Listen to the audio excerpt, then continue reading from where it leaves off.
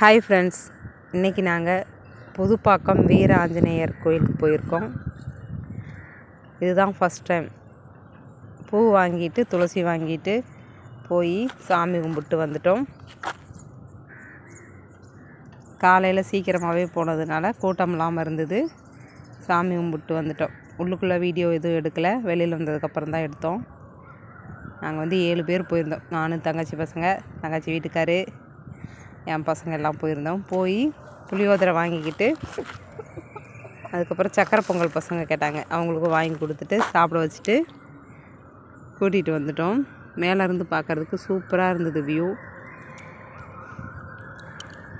இதுதான் first time போகிறோம். நிம்மதியாக சாமி கும்பிட்டு வந்தாச்சு.